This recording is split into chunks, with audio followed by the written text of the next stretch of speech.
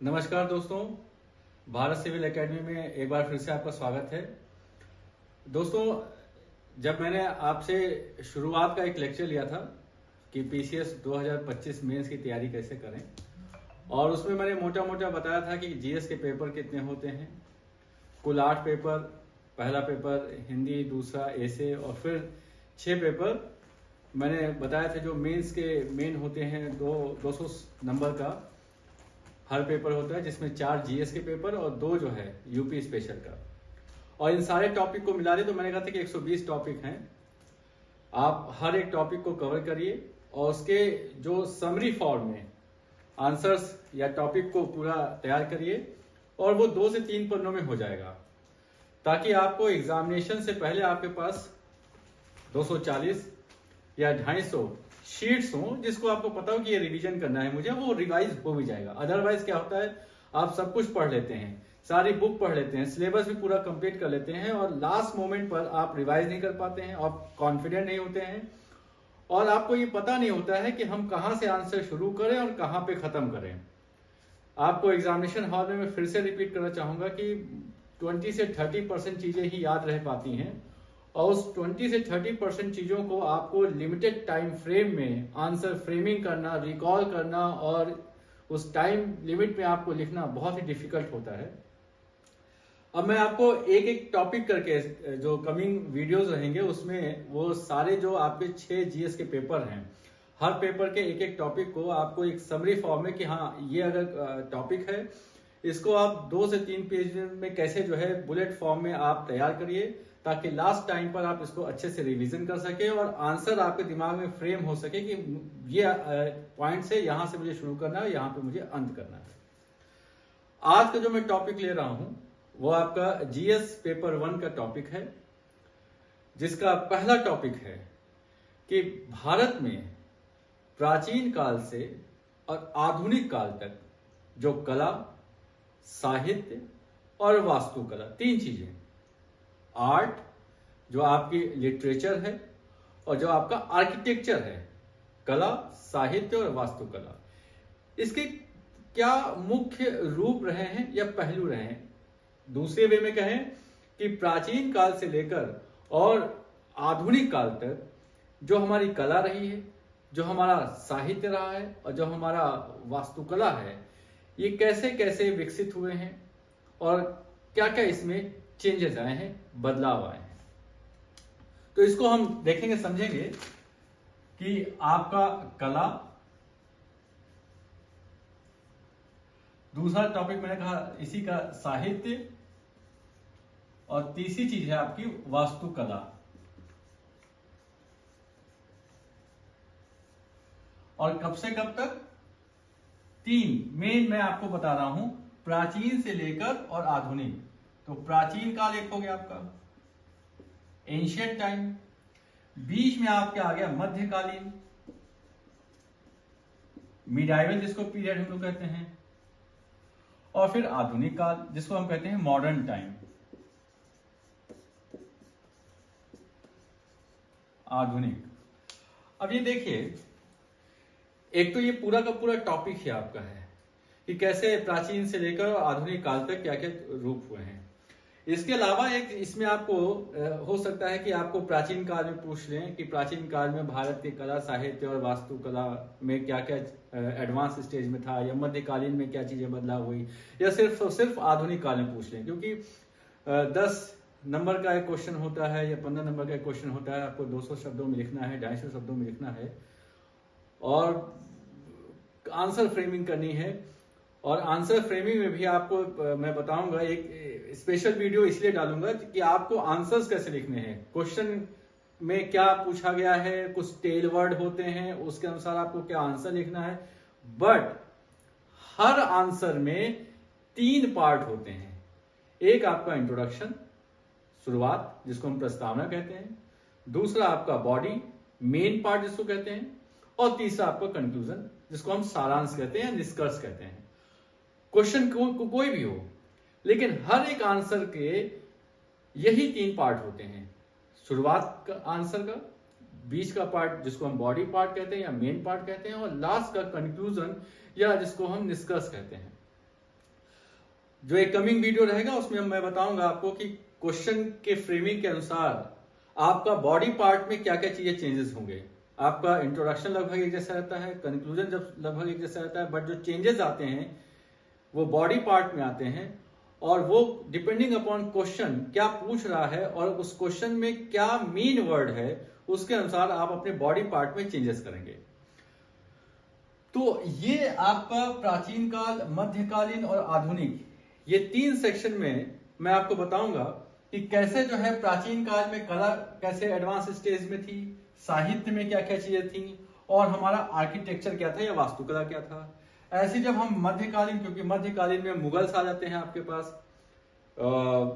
जो कोर्ट की जो भाषा होती है, जो डे टू डे भाषा है वो चेंज हो जाती है, अरबी फारसी का डेवलपमेंट होता है, जो मेहराब स्ट्रक्चर है वो आ जाते हैं आपके पास। तो मुगल कालीन जो शैली है, चाहे आपके साहित्य हो, चाहे आपका वास्तुकला हो, चाहे आप कला हो, उसमें आपको देखने को मिलेगा। जब हम प्राचीन काल में जाते हैं जो कि आपका प्री हिस्टोरिक पीरियड कहा जाता है या वैदिक पीरियड कहा जाता है, तो उसमें हमारी कैसी कला थी। जैसे फॉर एग्जांपल हम अभी प्राचीन काल जब सुनेंगे तो वहां पे उस समय जब कला शुरू हुई, केव पेंटिंग, गुफा चित्रकला, मतलब गुफाएं थी और उसमें ही जो कला होती थी उसी गुफाओं में ही पेंटिंग होती थी। ऑब्वियस सी बात है, देखिए जिस समाज में हम रहते हैं, समाज जितना विकसित होता है उसी के अनुसार हमारा कला होगा, उसी के अनुसार हमारा साहित्य होगा और उसी के अनुसार हमारा आर्किटेक्चर होगा। अगर हम एंशियंट पीरियड की बात करें, उसमें भी प्री वैदिक पीरियड की बात करें, तो समाज हमारा उतना विकसित नहीं था, हम एक प्रिमिटिव स्टेज में थे। तो जो हमारी जो साहित्य था वो ओरल ट्रेडिशन था, मौखिक था, कोई लिपिबद्ध नहीं था, ज्यादा हमको लिखने का ज्ञान नहीं था। तो जब लिखने का ज्ञान नहीं था तो हम ओरल ट्रेडिशन को फॉलो कर रहे थे। हमारे ऋग्वेद थे, यजुर्वेद थे, सामवेद थे, तो ये साहित्य का लिटरेचर है। वास्तुकला की बात करेंगे तो हमारे जो आर्किटेक्चर थे, जो हमारी सभ्यताएं थी, हड़प्पा सभ्यता, मोहनजोदाड़ो सभ्यता, वहां के आर्किटेक्चर से हमको पता चलेगा कि क्या कैसे कैसे था। तो मैं फिर से एक बार शुरुआत करना चाहूंगा कि पहला टॉपिक है GS1 का, कि भारत में प्राचीन काल से लेकर और आधुनिक काल तक कला, साहित्य और वास्तुकला के क्या क्या मुख्य पहलू थे। जब हम इस टॉपिक को कवर करें तो हमने कहा ये 3 एरा में टॉपिक जाएगा, एक आपका प्राचीन काल में, एक मध्यकालीन में और दूसरा आधुनिक काल में। अब हम देखेंगे कि प्राचीन काल का मतलब, मैं फिर से आपको रिपीट कर रहा हूं, pre historic period, Vedic period और गुप्ता पीरियड, ये सारे पीरियड जो है मैं इसको प्राचीन काल लेके चलूंगा। मध्यकालीन का मतलब मैं फिर से करूंगा जो आपका मुगल पीरियड है वो सब रहेगा, और आधुनिक पीरियड जो हमारा कहलाता है वो 1600-1700 ईस्वी के बाद, जब हमारे ब्रिटिशर्स ईस्ट आते हैं, कई सारे फॉरेन इन्वेजन होते हैं, फ्रांस आता है, हमारे पास डच का आक्रमण होता है। तो ये जो फॉरेन कंपनीज आती हैं, हमारे औपनिवेशिक काल जिसको कहते हैं कॉलोनियल पीरियड, ये आते हैं, ये अपनी सभ्यता, संस्कृति और कला का प्रभाव हमारी संस्कृति पे पड़ता है। तो हम लोग देखेंगे मॉडर्न में कैसे आर्ट का विकास हुआ, कैसे हमारी आर्किटेक्चर आई और क्या क्या डेवलपमेंट हुआ। ये जो कला है, ये कला भी एक तो जो चित्रकला टाइप की हो गई, जिसको हम लोग कहते हैं विजुअल आर्ट, जिसको हम देखते हैं, जैसे पेंटिंग है, तो ये एक विजुअल आर्ट है। और दूसरी आर्ट है जिसको हम कहते हैं परफॉर्मिंग आर्ट, जो उसका प्रदर्शन किया जाता है। हम देखेंगे कि हमारे यहाँ परफॉर्मिंग आर्ट में देखेंगे तो जो संगीत नाटक एकेडमी है उसने अभी तक 8 डांसेस को क्लासिकल फॉर्म में कहा है। इसको भी हम लोग देखेंगे डिटेल में। जो 8 डांसेस फॉर्म हैं, जैसे भरतनाट्यम है, कथक है, कथकली है, कुचिपुड़ी है, मणिपुरी है, ओडिसी है, मोहिनी अट्टम है और सतारिया है। तो इनके भी हम लोग ये देखेंगे बहुत ही क्रिस्प में। अब अगर आप फॉर एग्जांपल भरतनाट्यम है, अगर आप उसके जो फेशियल एक्सप्रेशन को आप पढ़ेंगे तो कभी याद आपको नहीं होंगे, और एग्जामिनेशन हॉल में तो 100% आपको याद नहीं रहेगा। अब आप इस डांस फॉर्म में क्या क्या मेन की पॉइंट है वो आपको याद रखना, ताकि आपके पास आता है तो आप उसको अच्छे से की पॉइंट में, जो मेन डिफरेंस है कि भरतनाट्यम और कथक में क्या डिफरेंस है, कथक और कथकली में क्या डिफरेंस है, मोहिनी अट्टम और सतारिया में क्या डिफरेंस है, या कुचिपुड़ी और आपके जो मणिपुरी है, तो मेन क्रक्स आपको 2-3 लाइनों में समझ में आ जाएगा। तो आप एग्जामिनेशन हॉल में आपको पता रहेगा कि भरतनाट्यम का मतलब ये है, कुचिपुड़ी का मतलब ये है, कथक का मतलब ये है, और 8 हमारे क्लासिकल डांस फॉर्म है जो कि परफॉर्मिंग है। उसके अलावा कुछ और जो हमारे फोक डांस भी होते हैं। फोक डांस में जैसे आपका गरबा हो गया, जैसे आपके जो राजस्थानी डांस होता है, तो ये आपके लोकल डांस फॉर्म हो गए, ये परफॉर्मिंग आर्ट हो गया। या जो थिएटर में करते हैं, तो इस तरीके की ये परफॉर्मिंग आर्ट हो गई। कला, मैंने कहा प्राचीन में हम लोग देखेंगे कला, साहित्य और वास्तुकला। फिर मध्यकालीन में भी हम लोग देखेंगे कला, साहित्य और वास्तुकला। फिर आधुनिक में भी देखेंगे कला, साहित्य, वास्तुकला। और फिर ये आपके पास आप पूरा का पूरा लेक्चर आप देखेंगे कि ये पूरा का पूरा टॉपिक आपके मेरे पास ये शीट्स हैं, मैंने खुद बनाया हुआ है। आपका ये कंप्लीट टॉपिक जो है ये 2.5 पेज में कंप्लीट हो गया है। अब ये जीएस पेपर 1 का ये कंप्लीट टॉपिक आपके पास 2.5 पेज में है, और ये आपके पास क्रिस्प फॉर्म में रहेगा कि आपको पता रहेगा कि हाँ, अगर ये टॉपिक आया है तो मुझे क्या इसमें लिखना है। अदरवाइज तो आप इस टॉपिक को 10 दिन पढ़िए, 10 दिन पढ़ेंगे, आपको अच्छा लगेगा, आपको एक बार याद भी हो जाएगा, और जैसे ही आप दूसरा टॉपिक शुरू करेंगे ये वाला टॉपिक भूल जाएंगे। और लास्ट टाइम में जब आप हफ्ता 10 दिन रह जाता है और आप रिवाइज नहीं कर पाएंगे, तो हर चीज आपको इसकी याद रहेगी, सुना सुना लगेगा कि यार मैंने कुछ सुना सुना तो है, गांधार कला सुना सुना तो है, मधुबनी पेंटिंग सुनी सुनी तो है, राजस्थानी पेंटिंग सुनी सुनी तो है, पहाड़ी सुनी सुनी है, लेकिन उसके अंदर क्या चीज थी वो आप भुला जाते हैं, क्योंकि बहुत सारी चीजें पढ़ने के लिए रहती हैं। तो 2 या 2.5 पेज में हर चीज को कवर करते हुए विद कॉन्फिडेंस कि मेरे पास जो नोट्स है उसमें एक एक टॉपिक कवर किया हुआ है और मुझे क्या क्या चीजें लिखनी है, तो आप अच्छे से उसको फ्रेम कर पाएंगे और एक बेहतर आंसर लिखेंगे जिसमें बेहतर नंबर आपको मिल पाएगा। हम लोग शुरुआत करते हैं इस टॉपिक की। जैसे मैंने कहा कि कला, साहित्य और वास्तुकला प्राचीन से लेकर आधुनिक काल, जिसमें पहला मैं प्राचीन काल को देखता हूं। प्राचीन काल में देखेंगे तो हमने कहा तीनों चीजें पढ़ेंगे हम लोग। कला के बारे में कि कला में कैसे क्या क्या डेवलपमेंट था, साहित्य को देखेंगे कि साहित्य में क्या क्या था, और लास्ट वाला वास्तुकला। इसी तरीके से फिर हम मध्यकालीन में आएंगे और लास्ट में आधुनिक, और इस तरीके से आप देखेंगे कैसे कैसे डेवलपमेंट हुआ है। और एक बात बताएंगे, ये जो टॉपिक है आपका, क्योंकि ये तीनों चीजें आपकी कला हो, साहित्य हो और वास्तुकला हो, ये तीनों ही चीजें आपकी संस्कृति को दिखाती हैं। तो मैंने जो एक कहा कि आपका एसे का एक टॉपिक होता है, एक पेपर होता है एसे, और एसे में 3 सेक्शन होते हैं और हर सेक्शन में 3 एसे आते हैं जिसमें से आपको कोई एक चूज करना है।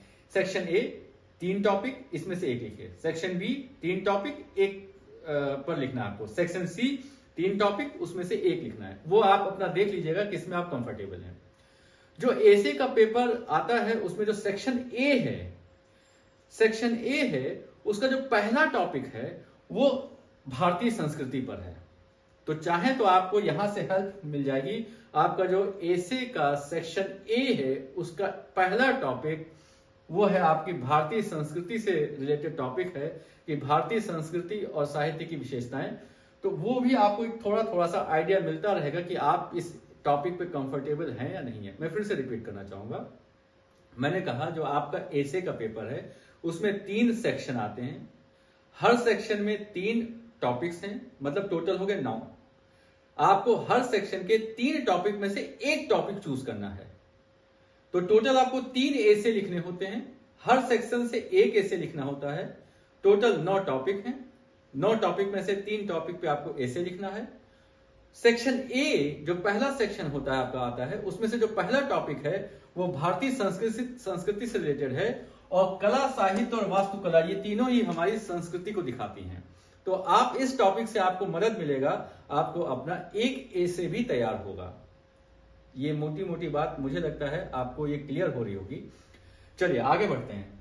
तो ये प्राचीन काल में हम देखेंगे कि कला हमारी कैसे थी, हमारा साहित्य कैसा था और हमारी वास्तुकला कैसे थी। जैसा मैंने कहा कि जो हमारा प्राचीन जो पीरियड है, प्री हिस्टोरिक पीरियड है या वैदिक पीरियड है, डेवलपमेंट बहुत धीरे धीरे हुआ, जो सोशलाइजेशन है, सामाजिकरण, वो भी धीरे धीरे हुआ। हम पहले जो है बहुत एडवांस स्टेज पे नहीं थे, तो हम लोग गुफाओं में रहते थे। और जब इंसान गुफाओं में रह रहा है, जहां रहता है वहीं पे पेंटिंग करता है। जब हम घरों में रहना शुरू करेंगे तो हम घरों में पेंटिंग बनाना शुरू करेंगे। जब हम और एडवांस स्टेज में, जब एकेडमिक फॉर्म में हो जाएगा, तो हम जो है जो इंस्टीट्यूशन फॉर्म में आ जाएंगे, तो वहां पे हम पेंटिंग सीखना शुरू करेंगे। एक प्रोफेशनल वे में हम पेंटिंग करना शुरू करेंगे। वो प्रोफेशनल वे शुरुआत में आपको नहीं दिखेगा, वो प्रोफेशनलिज्म जैसे जैसे हम आगे बढ़ेंगे वैसे वैसे दिखता चला जाएगा। तो प्राचीन काल में जब हम कला की बात करते हैं, तो जो पेंटिंग थी वो सबसे पहले केव पेंटिंग का डेवलपमेंट हुआ। तो यहां पे देखिए डेवलपमेंट कैसे हुआ, केव पेंटिंग। केव का मतलब गुफा। तो गुफाओं में पेंटिंग बनाई जाती थी, और ये पेंटिंग जो होते हैं उसमें क्या क्या चीजें दिखाते हैं। देखिए, प्राकृतिक रंगों का यूज होता था, नेचुरल कलर का यूज होता था, जिसमें जो टॉपिक रहते थे, शिकार दिखाया जाता था, डांस फॉर्म दिखाई जाती थी, और पशुओं के जीवन चरित्र, उनके जो लाइफ स्टाइल थे उसको दिखाया जाता था, और बौद्ध धर्म को उसमें दिखाया जाता था। तो जो जैसे फॉर एग्जांपल केव पेंटिंग में जो बहुत फेमस है वो भीम बेटका, जो एमपी में है, वो बहुत फेमस है। और अजंता और अलोरा,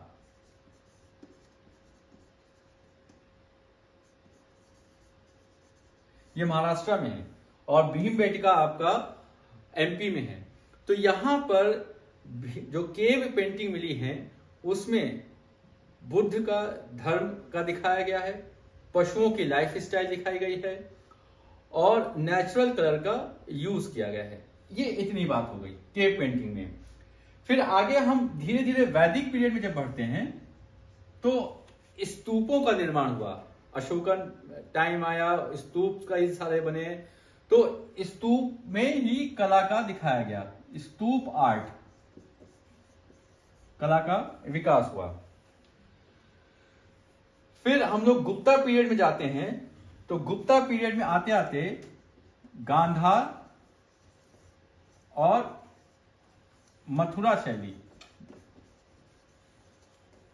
ये कला की दो रूप हैं, जिसमें पॉलिश्ड स्टोन का यूज किया जाने लगा। तो इस प्रकार आप देखेंगे कि हमने जो प्राचीन काल में जो कला के डिफरेंट रूप थे, हम पेंटिंग शुरुआत किए कहां पर, गुफाओं में बनाना। और उसके एग्जाम्पल कहां है, जो एमपी का, मध्य प्रदेश में भीमबेटका का एग्जाम्पल मिला है, महाराष्ट्र में अजंता और अलोरा का एग्जाम्पल मिला है। मतलब गुफाओं में लोग पेंटिंग, उसकी दीवारों पर पेंटिंग बनाते थे, जिसमें नेचुरल कलर का यूज होता था, पशुओं के लाइफ स्टाइल दिखाए जाते थे, नृत्य दिखाए जाते थे, चित्र बनाते थे उसमें हम नृत्य दिखाते थे, और बुद्ध की लाइफ स्टाइल, बुद्ध जो धर्म है उसकी बातें दिखाते थे।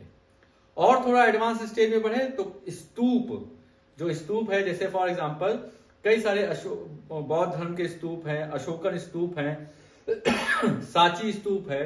तो वो स्तूप में हम लोग कला पेंटिंग बनाना शुरू किए, तो उसको कहते हैं स्तूप आर्ट, स्तूप कला।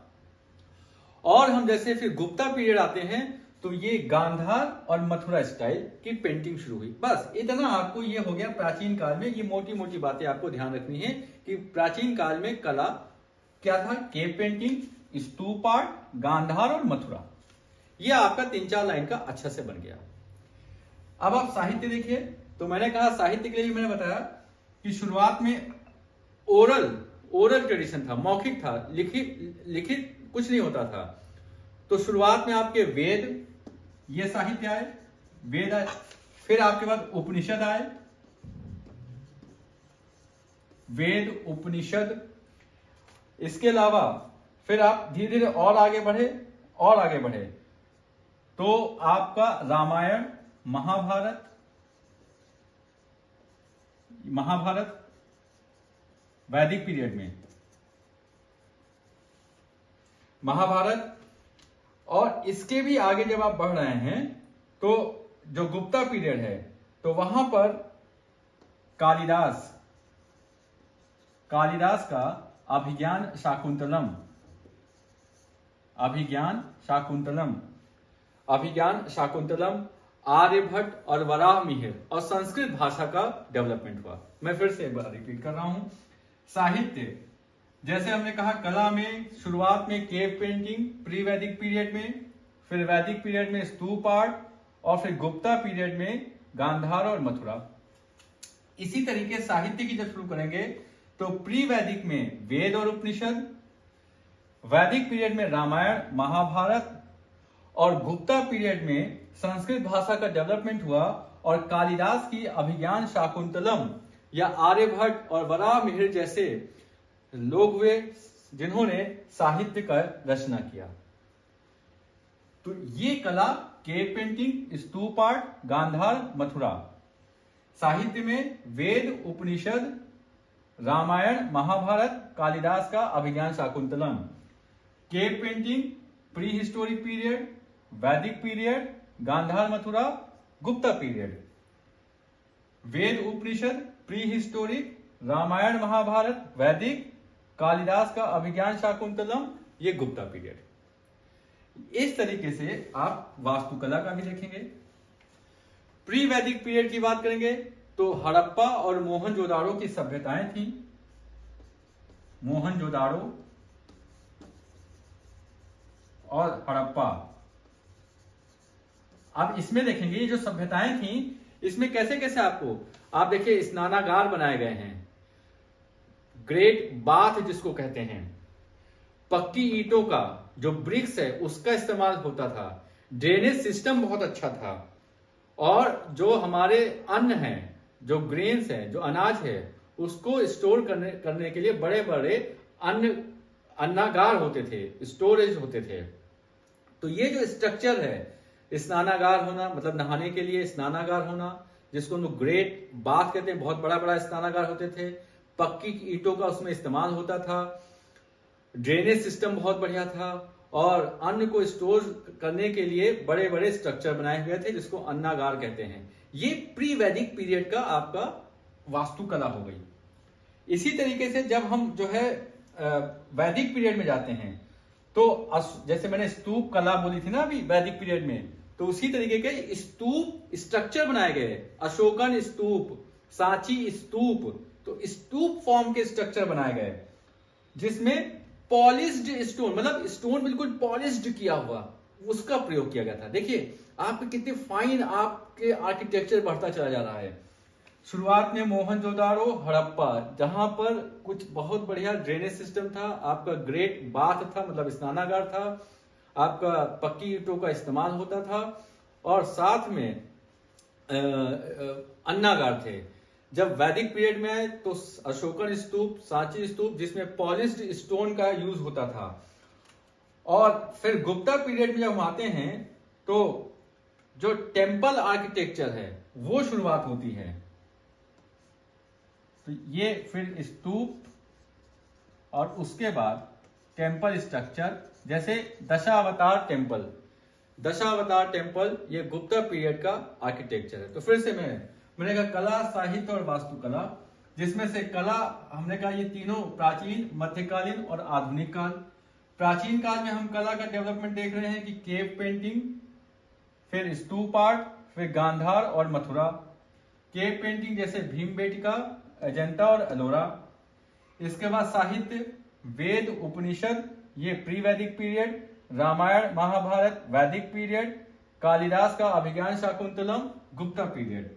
वास्तुकला में प्री वैदिक पीरियड में मोहनजोदाड़ो, हड़प्पा में जो स्ट्रक्चर्स पाए गए हैं, वैदिक पीरियड में स्तूप जैसे अशोकन स्तूप, सांची स्तूप जिसमें पॉलिश्ड स्टोन का यूज हुआ है, और गुप्ता पीरियड में प्रिमिटिव टेम्पल आर्किटेक्चर जैसे दशावतार टेम्पल, इसका स्ट्रक्चर आपको देखने को मिलता है। ये पहला हो गया आपका कि प्राचीन काल में कैसी कला थी हमारी, साहित्य था और वास्तुकला था। अब हम लोग मूव करेंगे मध्यकालीन में कि मध्यकालीन में हमारी कला कैसी थी, हमारा साहित्य कैसा था और वास्तुकला कैसी थी, और फिर उसके बाद आधुनिक काल में देखेंगे।